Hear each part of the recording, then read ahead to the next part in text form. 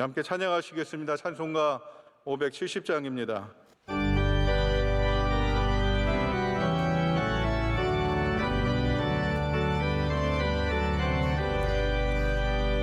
주는 나를 기르시는 목자요, 나는 주님의 귀한 어린 양. 푸른 풀만 맑은 시냇물가로 나를 늘 인도하여 주신다. 주는 나의 좋은 목자, 나는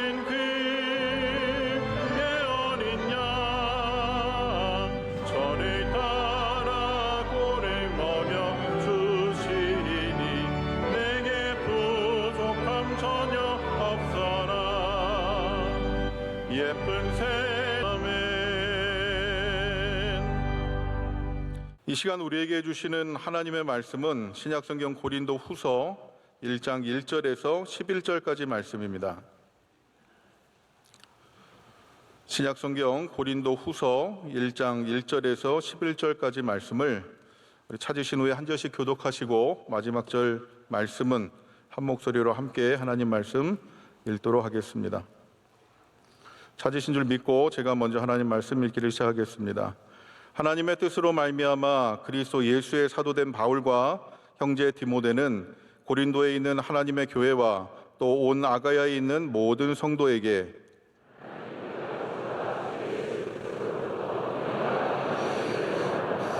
찬송하리로다. 그는 우리 주 예수 그리스도의 하나님이시요 자비의 아버지시요 모든 위로의 하나님이시며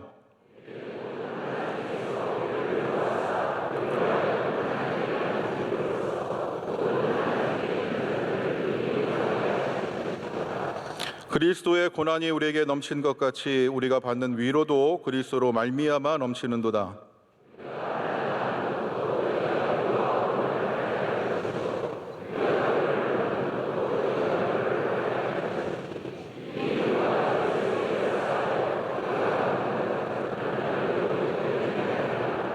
너희를 위한 우리의 소망이 견고함은 너희가 고난에 참여하는 자가 된 것 같이 위로에도 그러할 줄 알미라.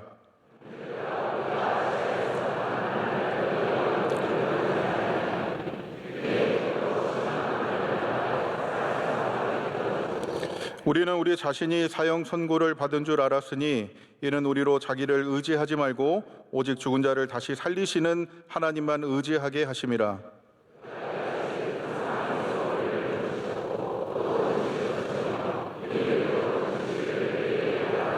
함께 읽겠습니다. 너희도 우리를 위하여 간구함으로 도우라. 이는 우리가 많은 사람의 기도로 얻은 은사로 말미암아 많은 사람이 우리를 위하여 감사하게 하려 함이라. 아멘. 교회 사랑하는 찬양대에서 찬양으로 하나님께 영광 돌리겠습니다.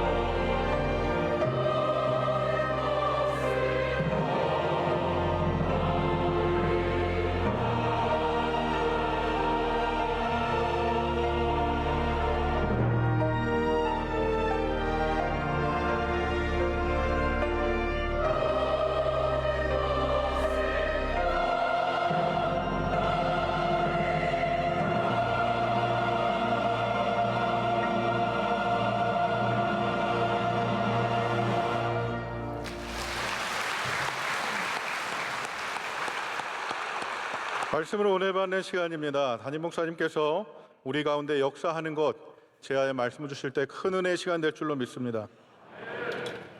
이제 우리 고린도 후서의 말씀, 고린도 후서의 첫 번째 말씀을 여러분과 나누겠습니다. 아마 오늘 예배 안 들으신 분들은 굉장히 후회하실 거예요. 저는 이 말씀이 현장에서 또한 듣는 말씀이 더욱더 우리 가운데 은혜가 될 줄로 믿습니다. 우리 가운데 역사하는 것, 여러분, 하나님은 역사하시는 하나님이십니다. 여러분, 이 역사가 히스토리가 아닌 건 아시죠? 우리 하나님이 역사하실 때는 하나님이 일하신다라는 말씀입니다. 하나님은 쉬지 않고 일하시는 분이십니다. 일 중독에 걸려서 일하시는 것이 아니라 우리를 사랑하시기 때문에 일하시고, 우리 구원의 일을 놓지 않으시고 눈동자를 늘 켜고 우리를 바라보시고 우리를 붙잡아 주시고 우리 가운데 위로하시며 은혜를 허락하십니다. 우리는 고난을 받을 때 하나님이 어디 계신가라고 굉장히 마음 아파하고 우리를 버리신 것 같아서 굉장히 괴로워하지만, 하나님은 그때도 우리 가운데 위로로 역사하고 계십니다. 고난 중에도 하나님은 여전히 역사하고 계시다는 거죠. 그래서 오늘 이 고린도 후서에서 바울은 그의 고난을 이야기하면서, 여러분, 고린도 후서 제가 주제를 말씀드리겠지만 욥기에 이어서 또 고난이어서 죄송해요. 욥기도 고난이었는데 고린도 후서도 이 바울이 당하는 많은 고난을 이야기합니다. 그런데 욥기와 다른 게 있습니다. 고린도 후서는 역설적으로 이 고난 속에 은혜가 있다는 것을 말하고, 이 고난 속에 하나님의 위로하심이 있고, 또 이 고난을 통해서 예수님께서 나의 고난을 대신하는 그러한 고난과 아픔을 당하셨다는 것을 우리에게 얘기함으로써 우리가 다시 은혜를 붙잡게 하는 그런 굉장히 아름다운 그런 하나님의 말씀입니다. 그래서 우리 모두가 이 고린도 후서를 통해서 여러분의 삶의 자리에서 주님의 위로를 받으시고 또 힘을 내시고 승리하시기를 축복합니다. 제가 강해를 하면서 늘 조심하는 게 있습니다. 그게 뭐냐 하면, 강해는 성경 공부와 굉장히 유사하지만 성경 공부는 아닙니다. 우리 성경 공부가 아닌 말씀은 하나도 없습니다. 모든 말씀은 성경을 기본으로 하고 있기 때문에 당연히 말씀을 들으면 성경이 공부가 됩니다. 그러나 우리가 성경을 공부하기 위해서 오늘 말씀을 나누는 건 아닙니다.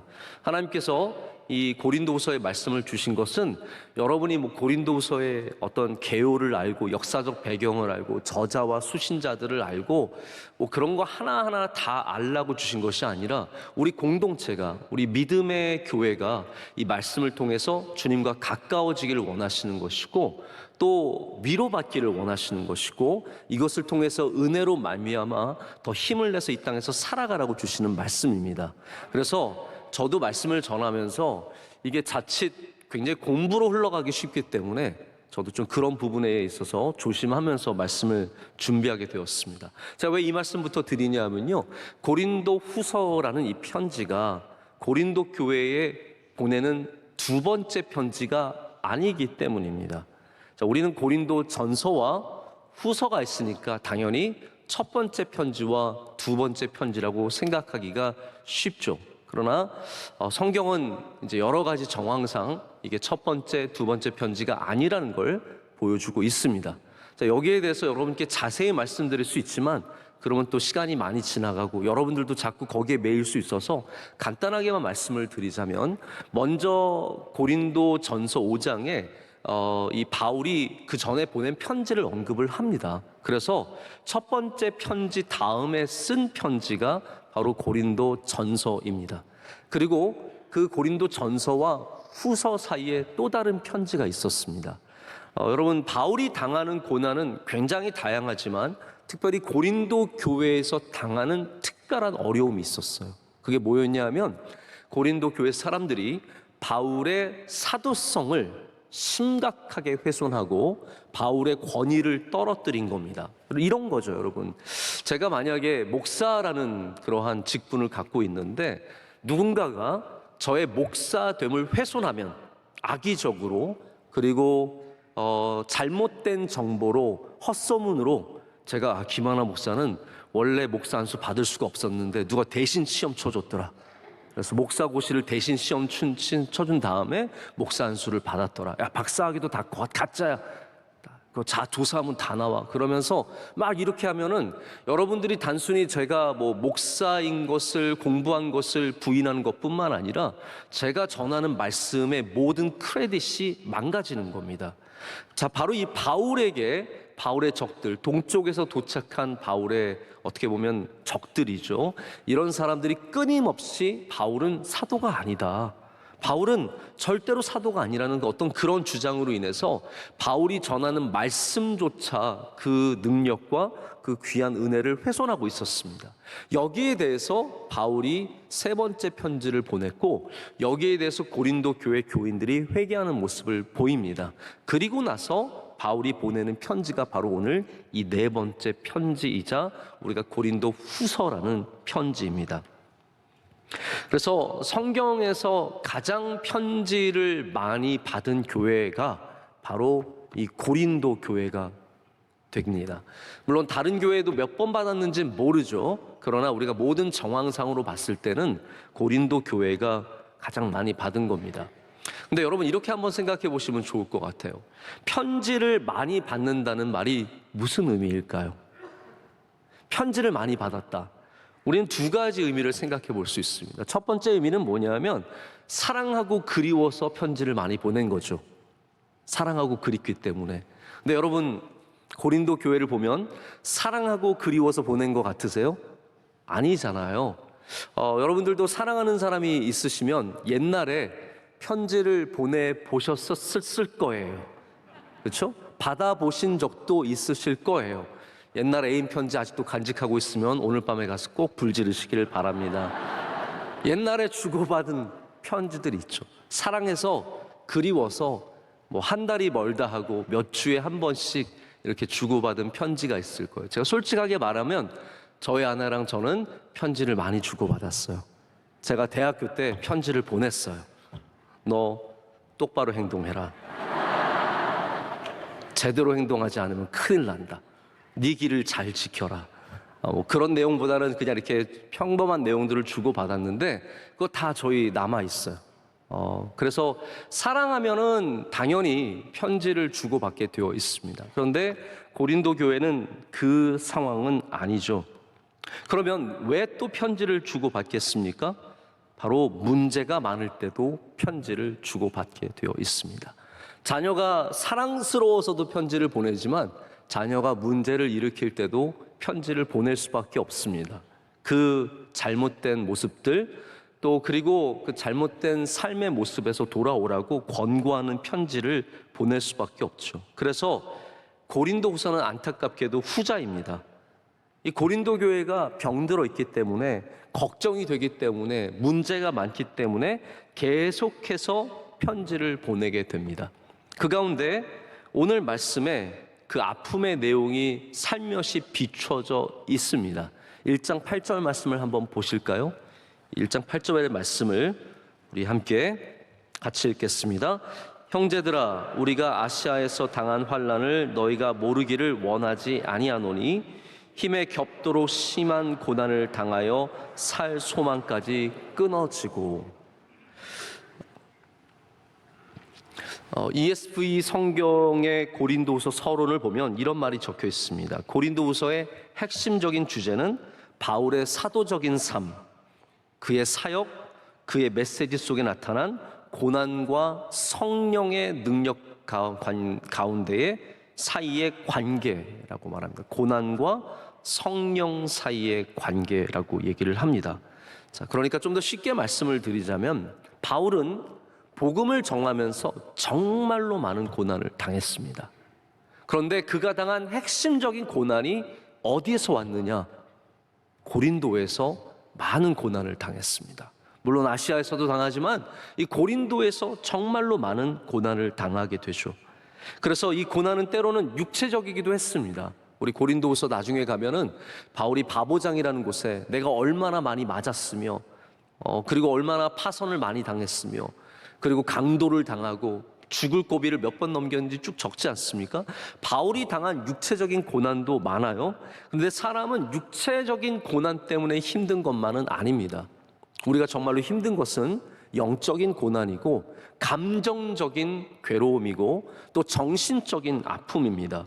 그래서 이 끊임없이 바울의 사도성을 공격하고 바울의 말씀을 훼손하는 이 사람들을 향한 이 바울의 안타까운 마음이 여기에 들어 있습니다. 바로 그러한 고난, 너무너무 그러한 고난으로서 힘들어서, 육체적인 고난만이 아니라 너무 마음으로 힘들어서 살 소망까지 끊어졌다라고 말하고 9절에는 사형 선고를 받은 것 같았다. 여러분, 사형 선고를 받으면 지금 우리나라는 실제적 사형이 집행되고 있지 않는 그런 국가입니다. 앞으로도 제가 보면 사형할 생각이 없어요. 저는 여기에 대해서 여러분들이 여러 가지 의견을 갖고 있지만 저는 사형은 가능하면 안 하는 것이 좋다라고 생각을 합니다. 왜냐하면 인간의 목숨을, 잠깐 요거 얘기 좀 하고 넘어가도 될까요? 갑자기 사형 선고하다가 별 얘기를 다 하게 되는데, 여러분들이 다양한 입장이 있으실 거예요. 그런데 제 입장을 좀 말씀을 드릴게요. 생명은 태어남부터 죽음까지 같은 가치를 갖고 있습니다. 이해가 되시죠? 생명은 태어날 때도 죽을 때도 같은 가치를 갖고 있습니다. 그렇다면 태어날 때 우리 그리스도인들이 낙태를 반대하지 않습니까? 여러분, 낙태를 왜 반대합니까? 우리가 생명이라는 믿음이 있기 때문에 반대를 하게 되는 것인데, 그러면 그 생명이나 우리가 훼손할 수 없는, 아무리 죄를 지었더라도 우리가 끊을 수 없는 또한 생명이 있다는 것이죠. 이걸 제가 라이프 컨시스턴시라고 얘기를 하는데, 삶의 생명에 대한 일관적인 그런 윤리가 있어야 됩니다. 그런 면에서 우리나라가 사형을 행하고 있지 않는 것은 저는 굉장히 감사하게 생각을 합니다. 물론 범죄를 예방하는 차원에서 사형이라고 얘기를 많이 하시는데, 그건 또 다른 차원이고 또 다른 논쟁이 필요한 부분이니까 오늘 말씀을 드리지는 않습니다. 어쨌든 바울은 사형 선고를 받은, 그래서 우리는 사형 선고를 받아도 죽지 않지만 바울 때는 사형 선고 받으면 죽는 거예요. 그 말은 무슨 말이냐면, 내가 살 날이 얼마 남지 않았다는 뜻이에요. 얼마나 괴로웠으면 내가 살 날이 며칠 남지 않은 것처럼 느꼈겠습니까? 바울이 그러한 마음으로 지금 이 편지를 보내고 있는 겁니다. 하지만 여기에 이 바울의 고난 속에서도 우리가 복이라는 굉장히 중요한 줄을 잡게 됩니다. 여러분의 삶에서도 꼭 이게 있으시길 바라는데요, 고난 속에서 이걸 잡으셔야 합니다. 고난 속에서 뭘 잡아야 합니까? 복음이라는 시선을 잡아야 합니다. 우리는 고난 속에서도, 환난 속에서도, 아픔 속에서도 반드시 복음이라는 예수 그리스도라는 줄을 붙잡아야 합니다.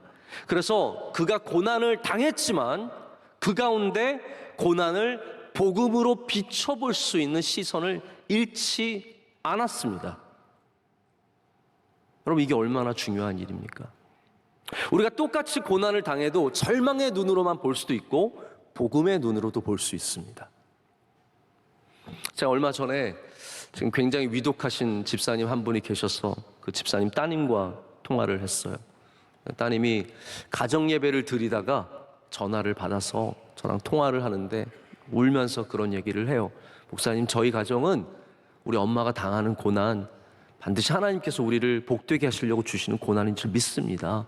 이러면서 얘기를 하시는데 제가 굉장히 많이 은혜가 됐어요. 제가 위로를 받고 전화를 끊을 정도로 그 자매가 굉장히 믿음 안에 서 있는 그런 이야기를 들으면서 참 감사했습니다. 고린도 후서에도 바로 이러한 바울의 고백들이 절절하게 담겨져 있어요. 내가 고난을 당하지만 이것을 통해서 주의 복음이 전파가 되고, 내가 고난을 당하면서 받은 위로가 너희들에게 또한 위로가 될 것이다 라고 말하면서 복음이, 이 고난이 얼마나 가치 있는 것인지를 얘기합니다. 고린도서 4장 7절부터 11절까지는 우리가 굉장히 많이 설교 시간에도 종종 듣게 되는 말씀인데, 이런 말씀이에요. 한번 여러분 고린도서를 펴셨으니까 한번 4장 7절부터 11절까지 말씀 한번 보실까요? 제가 읽겠습니다.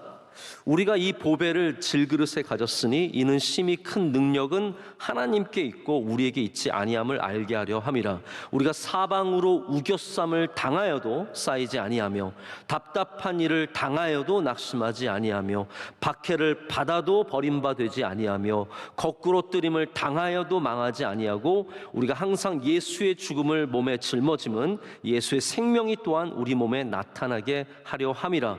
우리 살아있는 자가 항상 예수를 위하여 죽음에 넘겨짐은 예수의 생명이 또한 우리 죽을 육체에 나타나게 하려 함이라.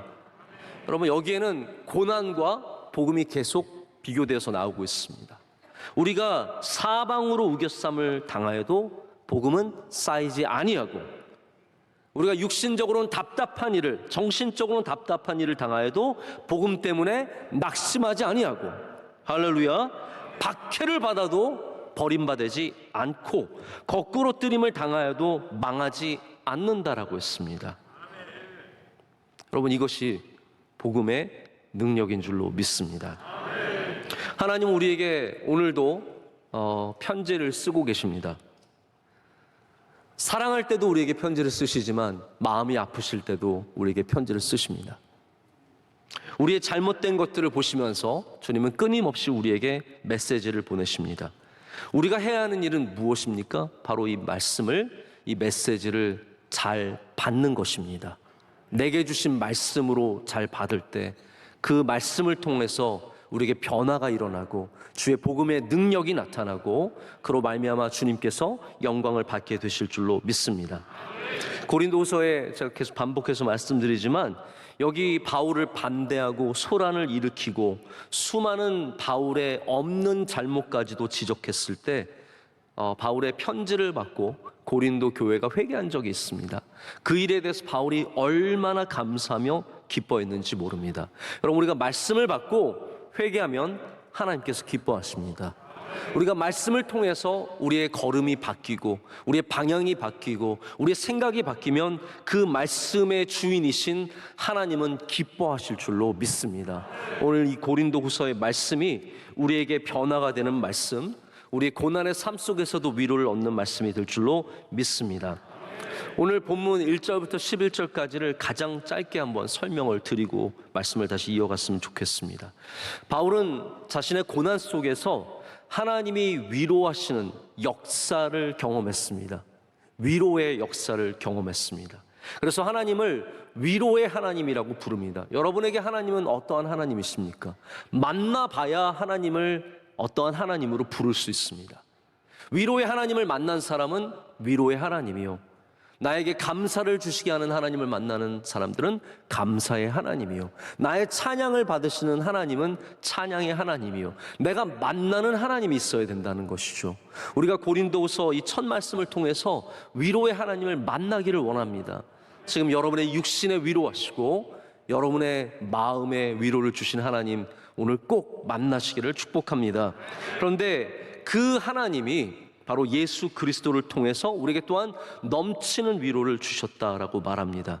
그래서 내가 이런 위로를 받았기 때문에 너희도 고난을 받을 때 이 위로가 우리 가운데서 역사해서 견디게 할 뿐만 아니라 또한 앞으로 우리가 바로 그 위로로 위로하는 사람이 될 것이다라고 말합니다. 그럼 그것이 하나님이 우리에게 주시는 사명입니다. 위로를 받은 우리는 위로하는 사람들이 되어야 합니다. 그래서 위로의 하나님을 전해야 된다라는 것이죠. 여러분의 고난이 그냥 고난으로 끝나는 것이 아니라 우리는 그 고난을 통해서 위로하시는 하나님을 만나고 다시 힘을 얻어 이겨내며 위로하는 사람으로 나아가게 될 줄로 믿습니다. 그래서 오늘 본문에서 가장 두드러지게 나타나는 단어는 위로라는 단어입니다. 1장 3절부터 7절까지 위로가 몇 번 나올까요? 이제 파라클레오라는 그런 헬라어인데 안 세셔도 됩니다. 제가 얼마나 이걸 정확하게 세고 싶었냐면 손가락으로 세다가 안 돼서 더 정확하게 하려고 정자로 셌어요. 하나 둘 셋 쓰면서 3번을 체크했습니다. 혹시 틀리면 이거 가지고 트집 잡을 사람 있을 것 같아가지고 이거 틀리면 안 돼 그러면서 제가 3절부터 7절까지를 계속 읽으면서 위로 위로 위로 위로 위로 위로 위로 위로 아래로 없이 위로 위로 해서 몇 번이 나왔겠습니까? 10번이 나왔습니다. 여러분, 이 짧은 말씀에 하나님을 찬양하는 바울의 이 말씀에, 바울의 이 인사에 위로라는 단어가 무려 10번이나 등장을 합니다. 여러분, 글을 배워보신 분들은 아시겠지만, 글 쓰는 법을 배워보신 분들은 알겠지만, 이 단어가 반복되는 것은 가능하면 피해야 하는 일입니다. 똑같은 단어가 계속 반복이 되는 것은 강조 외에는 피하는 것이 정석입니다. 근데 바울이 이것을 얼마나 강조하기를 원했다면 10번이나 이 짧은 구절 안에서 반복을 하고 있겠습니까? 그는 위로의 하나님을 향한 확신이 있었고, 그 위로의 하나님이 우리 가운데 역사하기를 원했으며, 그 위로의 하나님으로 말미암아 우리가 위로받기를 그렇게 간구하는 것입니다. 그래서 오늘 저도 여러분에게 이 위로의 하나님을 소개하고 싶습니다. 여러분, 위로를 받으십시오. 하나님이 함께 하실 때 거기에 바로 위로가 있게 될 줄로 믿습니다. 우리는 고난을 당할 때, 환난을 당할 때 그 어려움을 이겨내기 위해서 가장 선호하는 방법이 있습니다. 방식이 있습니다. 아마 저도, 여러분도 저와 이렇게 별반 다르진 않으실 것 같은데, 저도 고난이 있으면 하나님께 뭐라고 기도를 하냐면, 하나님, 저 고난을 없애주세요라고 기도를 해요. 여러분들은 안 그러세요? 이 믿음이 너무 좋은 명성교회에서의 목회를 해서 힘든 게 한두 가지가 아닙니다. 여러분들의 기도는 저와 차원이 다른가 봐요. 우리는 문제를 만나면 그 문제가 없어지는 것이 해결책이라고 보통 생각을 합니다. 그래서 그렇게 기도를 하죠. 병이 있으면 여러분, 누가 병을 없애달라고 기도하지 병과 잘 지내게 해주세요라고 기도하겠습니까? 여러분, 솔직하게 말해보라는 거예요. 우리가 문제를 만나면 그 문제가 우리 앞에서, 시야에서, 우리 마음에서, 우리 육신에서 사라지는 것을 두고 기도를 합니다. 우리를 괴롭히는 사람이 있으면 우리는 그 사람의 망하게 해달라고 때로는 그렇게 기도하기도 하고, 우리가 늘 그런 기도 자주 드리잖아요. 적을 향한 기도를 드릴 때 그 적을 없애주실 것을 기도를 많이 하게 됩니다. 망하게 하시거나 벌을 주시거나. 실제로 하나님께서 물론 당연히 우리가 그렇게 기도할 때 병을 없애주시기도 하시고, 할렐루야, 우리의 적을 옮겨주시기도 해요. 그런데 하나님의 방식은 다양합니다. 만약에 여러분, 우리의 어려움이 그냥 해결되는 것만이 최고의 방식이라면 하나님께서 늘 우리에게 주시는 은혜는 그와 같아야 합니다. 병이 없어졌을 때 우리는 하나님이 역사하신다는 것을 알고, 우리의 적들이 망할 때 하나님이 살아계시구나 고백을 하게 되죠. 우리 아이가 대학교에 합격할 때 우리는 하나님께 감사하게 되고, 이런 당연히 기도의 제목이 이루어질 때 감사하게 되잖아요. 근데 성경을 보면 하나님께서 다르게 역사하실 때가 많습니다. 아브라함을 한번 예를 들어볼까요? 아브라함은 하나님이 분명히 약속해 주셨어요. 자손의 약속을 주셨어요. 너 저 바다의 모래와 같이 너의 자손이 많게, 하늘의 별을 봐라, 너의 자손이 저와 같이 많을 것이다. 한 명도 없는데 하나님께서 그렇게 약속해 주셨다고요. 그러면 만약에 그 기도가 응답받으려면 자손이 있어야 될 거 아니에요. 그럼 그 긴 세월 동안 자손이 없었을 때 여러분, 아브라함은 어떻게 지낼 수 있었을까요? 얼마나 답답했겠습니까? 그 수십 년의 기다리는 세월 동안 얼마나 마음이 힘들었겠어요. 그때 하나님께서 주신 은혜가 무엇입니까? 그 자녀를 갖기까지 하나님께서 동행하시면서 위로해 주신 거예요. 위로. 노아는 바울이 당한 고난의 연수와는 비교할 수 없는 긴 시간 동안, 몇백 년 동안 멸시와 조롱을 받으면서 방주를 지었습니다. 여러분, 하나님께서 우리의 기도를 들으시는 하나님이시라면 그 방주를 짓는 것을 조롱하는 사람들 없애주시는 것이 기도의 제목인 것 같지만, 하나님은 노아를 위로하셔서 그 조롱을 견디게 하셨고 그 비난을 이겨내게 하셨습니다. 자, 제가 위로의 정답으로 점점 가까이 가고 있습니다. 위로라는 것은 단순히 우리의 삶의 기도의 제목이 이루어지는 것만이 아니라 그 이루어지는 날까지 주님께서 우리와 함께 하시는 것이며, 우리에게 힘과 능력을 주셔서 그 일을 감당하게 하시는 것이라는 거죠. 다윗의 적인 사울을 없애주셨으면 얼마나 좋겠습니까? 근데 하나님은 사울을 금방 그렇게 없애주지 않으셨습니다. 끝까지 살려두셨어요. 그때까지 하나님은 다윗을 위로하셨습니다. 고난과 환난 중에 절대로 그냥 우리를 버려두시는 것이 아니라 그 긴 시간 동안 우리와 함께 하시면서 위로하시는 하나님이시라는 거예요.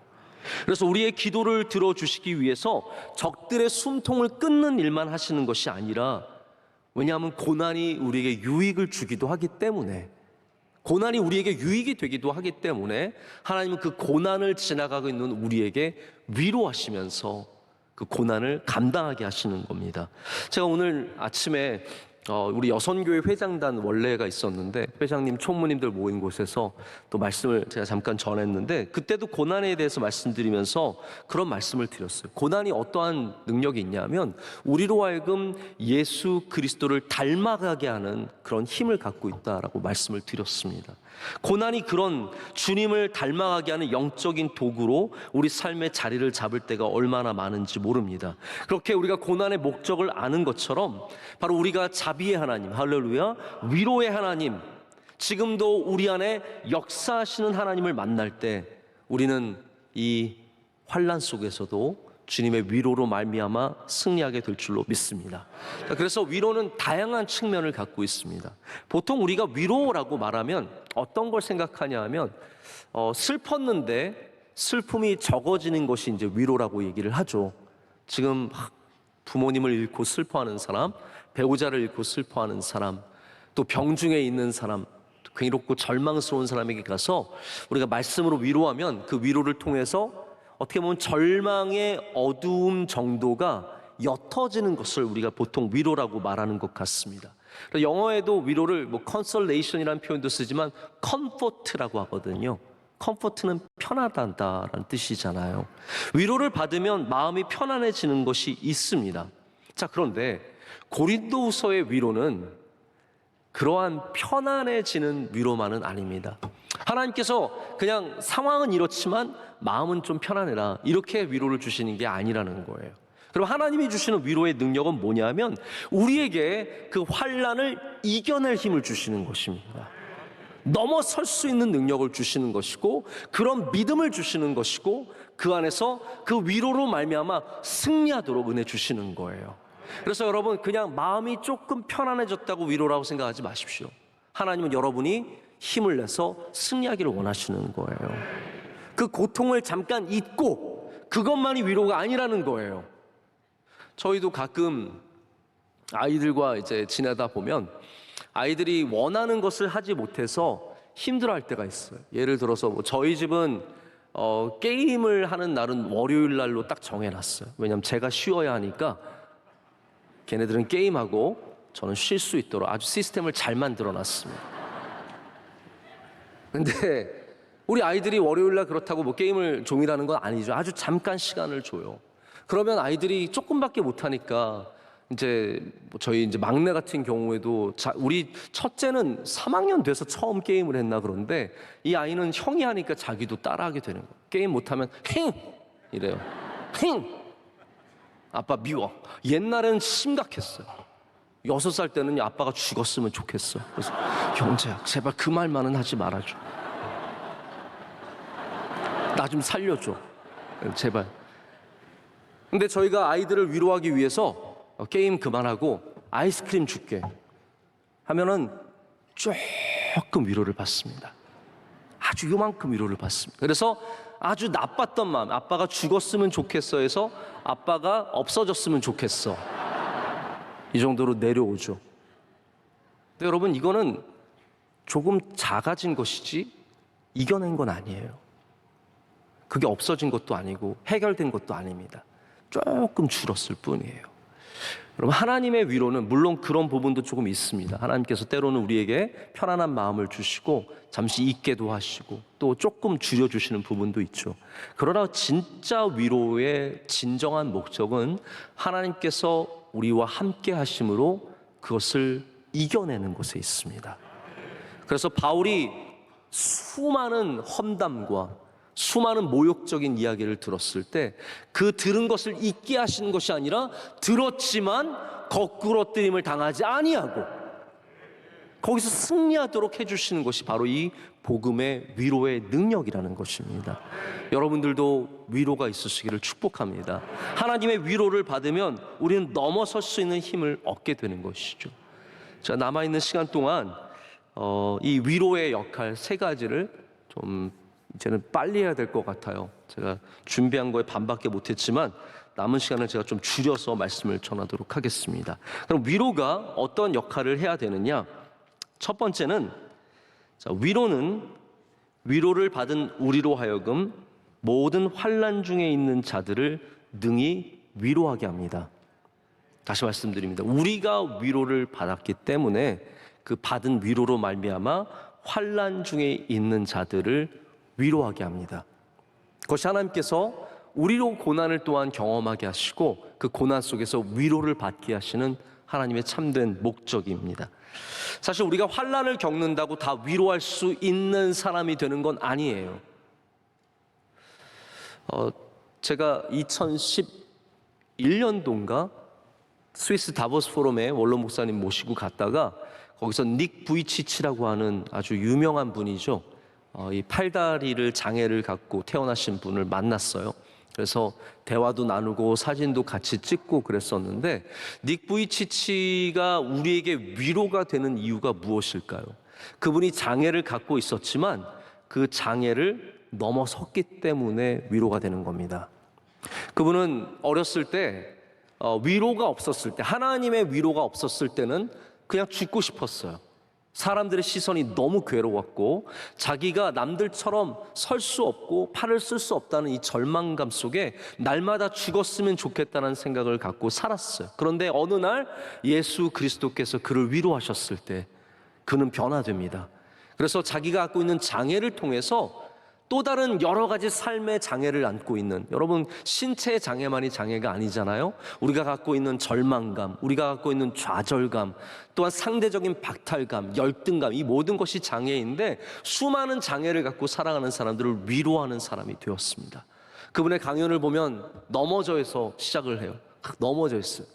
아이들한테 일어나라고 얘기해 보라고. 그러면 못 일어날 줄 알죠. 그런데 그분이 정말 기가 막힌 방법으로 거의 보이지 않는 팔과 다리로 발로 일어납니다. 그러면서 보여줍니다. 얘기합니다. 너희도 일어날 수 있어. 나도 일어서는데 너희도 일어설 수 있어. 여러분, 이분이 우리에게 위로가 되는 것은 그가 그냥 장애를 갖고 있기 때문이 아니라 그 장애에도 불구하고 그것을 넘어서는 믿음을 가졌기 때문입니다. 여러분, 그래서 위로라는 것은 그냥 우리가 상처를 입었다고 위로하는 사람이 되는 건 아니에요.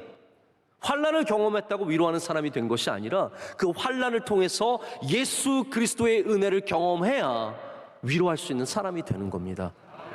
나도 그 자리에 있어 봤고, 나도 그런 고난을 당해봤고, 나도 그런 아픔이 있었고, 나도 그렇게 욕먹어 봤고, 나도 그렇게 안 됐었는데 하나님이 은혜 주시니까 되더라. 이것이 아니면 되지 않더라도 하나님이 너와 함께 하시면 승리할 수 있다라는 그런 메시지가 우리에게 은혜가 되는 것이죠. 벌써 오래된 광고인데 제가 기억하는 광고가 코카콜라 광고인데요. 이 광고가 때로는 이 콜라 광고가 캠페인처럼 나올 때가 있어요. 그래서 사랑의 캠페인을 담아서 지나가던 사람 넘어졌는데 이렇게 세워지면서 love, love 그러면서 그 사람이 이렇게 세워진 다음에 막 툭툭 털고 일어나서 가다가 횡단보도 건너는데 아이가 막 칠 것 같으니까 딱 막아주면서 love, love 그러면 또 이제 또 아이가 또 가다가 할머니 들고 가는데 들어주면서 love, love 그러면 계속 가는 거예요. 계속 가는 거예요. 그러면서 콜라도 이렇게 널리 펼쳐라. 널리 퍼져서 다 콜라 먹어라.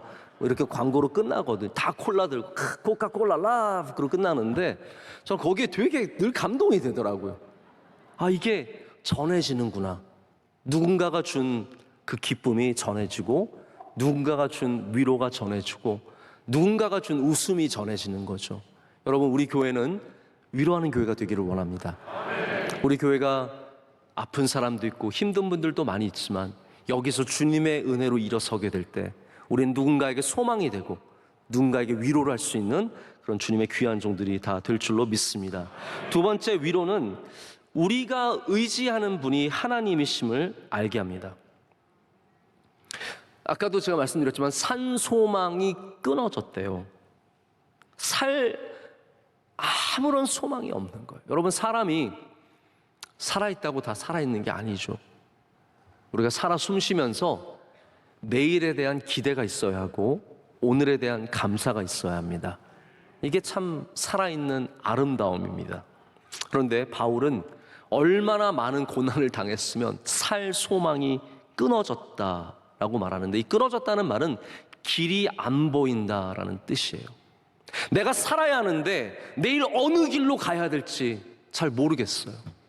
갑자기 직장을 잃어버린 중년 남자가 살 소망이 끊어지는 거예요. 내일 뭘 해야 될지 모르겠는 거예요. 여러분, 내일 뭘 해야 될지 아는 것은 복입니다. 아멘. 내일 어린이날 저는 뭘 해야 될지 모르겠어요. 솔직히 안 그래도 우리 교회에서 오늘 그 얘기 했었어요. 목사님, 내일 어린이날 뭐 하세요? 난 모르겠어. 올림픽 공원이나 갈까? 그랬더니, 목사님, 올림픽 공원에 우리 교회는 다 갈 텐데요. 내일 올림픽 공원 오지 마십시오. 내일 뭘 해야 될지 안다라는 것은 내가 갈 길이 있다라는 거예요. 지금 바울은 나에게는 길이 없다라고 말하는 것이거든요. 사형 선고를 받은 것처럼 내일이 보이지 않는 상황이었지만 하나님의 위로는 그 가장 짙은 어둠 속에서 바울을 끌어내줬습니다. 여러분, 어둠이 짙으면 아무것도 안 보입니다. 길이 안 보입니다. 우리의 절망과 좌절감이 크면 길이 안 보이죠. 근데 위로 가는 일이 무엇입니까? 길이 안 보이는 곳에 길을 내어주는 것이고, 캄캄해서 아무것도 안 보이는 곳에서 주님을 보게 하는 것입니다.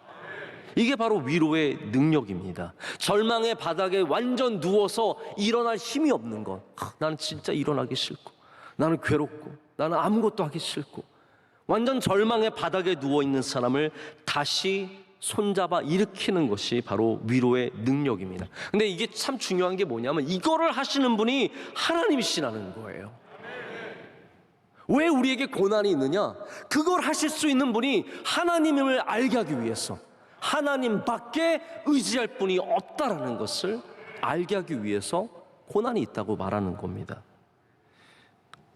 여러분, 그냥 사람들이 도와줄 수도 있겠지만 우리는 위로를 통해서 하나님이 역사하신다는 것을 경험해야 합니다. 그래서 9절에 이는 우리로 자기를 의지하지 말고 오직 죽은 자를 다시 살리시는 하나님만 의지하게 하심이라 라고 적고 있습니다. 저도 목회하다가 한 번은 미국에서 번아웃이 온 적이 있습니다. 너무 지치고 정말 좌절감, 말의 상처들, 답답함, 논문은 잘 안 되고 이 모든 것들이 절망스러운 순간이었거든요. 근데 제가 이렇게 어떻게 좀 긴 시간을 지내고 있는데 어떤 미국 목사, 전혀 뚱딴지 같이 어떤 목사님이 저한테 연락을 해주셨는데 제 상황을 전혀 모르는 분이 저에게 너무 위로가 되는 말씀을 주셔서 큰 힘을 얻었던 적이 있습니다. 여러분, 그분이 저의 논문을 도와준 게 아니에요. 논문 이렇게 쓰면 돼. 전혀 그런 것도 없고, 목회를 도와준 것도 아니고, 사람을 보내준 것도 아니고, 돈 10불을 주신 것도 아니었지만 그 위로가 저로 일어나게 했을 때 다시 힘을 내서 걸을 수 있었고, 길을 찾을 수 있었고, 다시 저에게 주신 사명을 감당할 수 있었습니다. 저는 그때 그 사람이 저를 위로했지만 제 마음에는 어떤 고백이었냐면 하나님이 사람을 보내주셨구나, 그런 마음이 들더라고요. 여러분, 하나님밖에 없습니다. 하나님을 의지하는 것, 바로 그것이 우리가 해야 하는 일이며 우리의 절망의 자리에서, 고난의 자리에서 하나님은 반드시 여러분 속에 역사하실 줄로 믿습니다. 마지막 세 번째는 위로는 우리를 소망과 감사로 이끌어가는 것입니다. 오늘 마지막 절 다시 한번 보실까요? 11절 말씀에 이렇게 되어 있습니다. 너희도 우리를 위하여 간구함으로 도우라. 이는 우리가 많은 사람의 기도로 얻은 은사로 말미암아 많은 사람이 우리를 위하여 감사하게 하려 함이라. 아멘. 자, 이거를 제가 좀 다른 번역으로 읽어 드릴게요. 이거 읽으셔도 막 자꾸 말이 좀 꼬여 있어서 분명한 의미를 찾기가 어려운데요. 이런 번역을 한번 들어보십시오. 여러분도 기도로 우리를 도와주십시오. 그러면 많은 사람들의 기도에 대한 응답으로 우리에게 베푸신 하나님의 은혜를 보고 많은 사람이 우리 대신 하나님께 감사하게 될 것입니다. 자, 기도하면, 자, 쉽게 말하자면 이거예요. 기도하면 감사하게 된다라는 것이죠. 기도는 무엇입니까? 위로입니다. 우리가 누군가를 위해서 기도하는 것이 무엇입니까? 그게 위로예요. 그런데 그렇게 기도하면 그 위로가 하나님의 응답을 받게 되어 있고, 그 응답을 받은 그 모습을 보면서 우리는 하나님께 감사할 수 있게 된다라는 것이죠. 그래서 모든 위로는 우리로 하여금 감사하게 하는 그 길로 걸어가게 됩니다. 간구함으로 도와달라는 말이 다시 말해서 기도해달라는 말이고, 기도의 위로를 해달라는 말이죠. 사람이 힘들고 어려우면 굉장히 부정적이 됩니다. 여러분, 그래서 막 부정적인 사람에게 너 긍정적이 돼야 돼, 이런 걸로 해결이 안 됩니다. 왜냐하면 지금 마음이 힘들어서 부정적인 거예요. 지금 괴롭고 절망스럽고 길이 안 보이니까 자꾸 부정적이 되는 거거든요. 여러분, 그런 분에게는 긍정적이 되려고 하지 마시고 하나님의 위로를 전하십시오. 그러면 마음이 다시 바뀔 수 있는 은혜를 겪게 되거든요. 하나님의 위로가 있으면 우리는 소망을 잃지 않습니다. 하나님의 위로가 있으면 우리는 다시 하나님께 감사하는 자리로 돌아가게 됩니다. 그래서 여러분이, 우리가 함께 기도할 때 누군가가 소망을 되찾게 되고 누군가가 다시 감사하게 되는, 아니 또한 우리가 기도하는 우리가 소망을 되찾고 감사하는 은혜를 갖게 될 줄로 믿습니다. 오늘 위로에 대한 말씀을 나눴는데요. 바울은 고린도 후서의 시작을 위로로 시작하고 있습니다. 역설적이지 않습니까? 고난당한 사람이 위로를 말하고 있습니다. 고난을 많이 경험한 사람이 이 위로가 얼마나 중요한지를 얘기하고 있습니다. 여러분, 이 세상에 살면서 고난이 없는 사람은 단 한 명도 없습니다.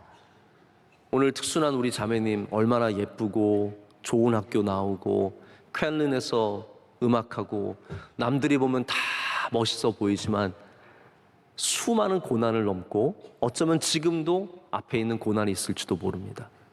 아무리 잘 나가는 회장님 다 고난이 있고, 예쁜 여자, 여러분 예쁜 여자도 다 고난이 있습니다. 멋있는 남자 다 고난이 있습니다. 연예인들 겉으로는 화려한 삶이지만 뒤로는 어둡고 괴로운 삶이 얼마나 많은지 모릅니다. 다시 말해서 우리 모두에게는 고난이라고 하는 이 삶에 사라지지 않는 문제가 있습니다. 그것을 이길 힘이 무엇입니까? 우리가 의지할 분은 하나님밖에 없고 하나님이 주신 위로밖에 없다라는 것이죠. 오늘 받은 그 위로를 통해서 위로를 전하고 위로로 감사까지 가는 우리 모두가 되기를 소망합니다. 함께 찬양하시겠습니다. 시간 찬양하실 때 나의 영혼이 잠잠히 함께 찬양하겠습니다.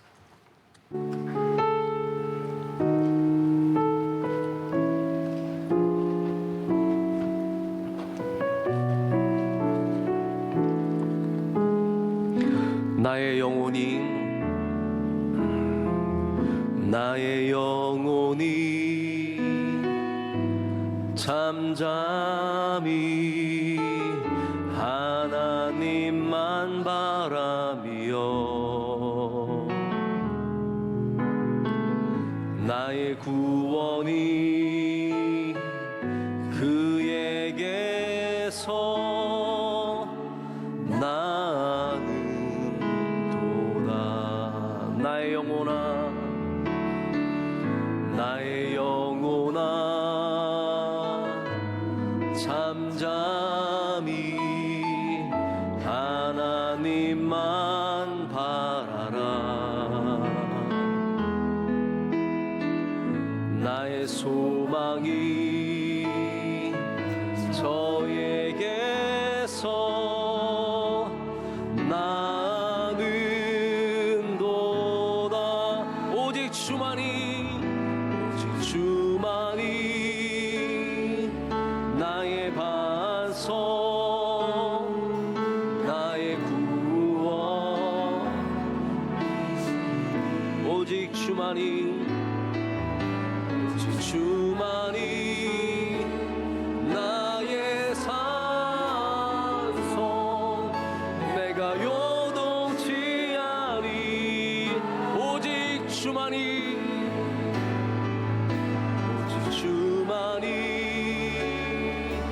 나의 반석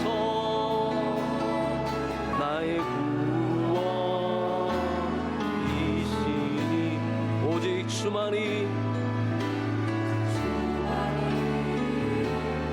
나의 산성 내가 요동치 아니하리. 이제는 우리 주 예수 그리스도의 크신 은혜와 하나님 아버지의 영원하신 사랑과 성령님의 함께하시며 위로하시며 교통하심이 주의 말씀을 듣고 담대하게 세상으로 나가는 주의 모든 사랑하는 백성들 가운데 이제로부터 영원토록 함께하시기를 간절히 축원하옵나이다. 아멘.